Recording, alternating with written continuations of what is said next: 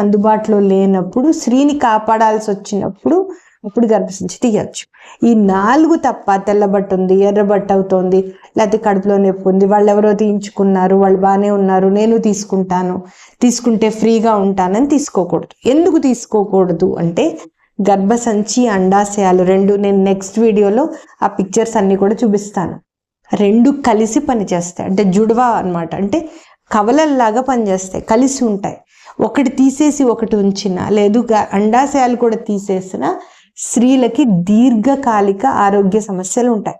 అంటే ఎముకలు వీక్ అవ్వడం కానీ, బ్రెయిన్లో యాక్టివిటీ తగ్గడం కానీ, లేకపోతే గుండె ఇబ్బందులు రావడం కానీ, లేదు కొలెస్ట్రాల్లో మార్పులు రావడం కానీ, ఇలాంటివన్నీ జరుగుతాయి అన్నమాట.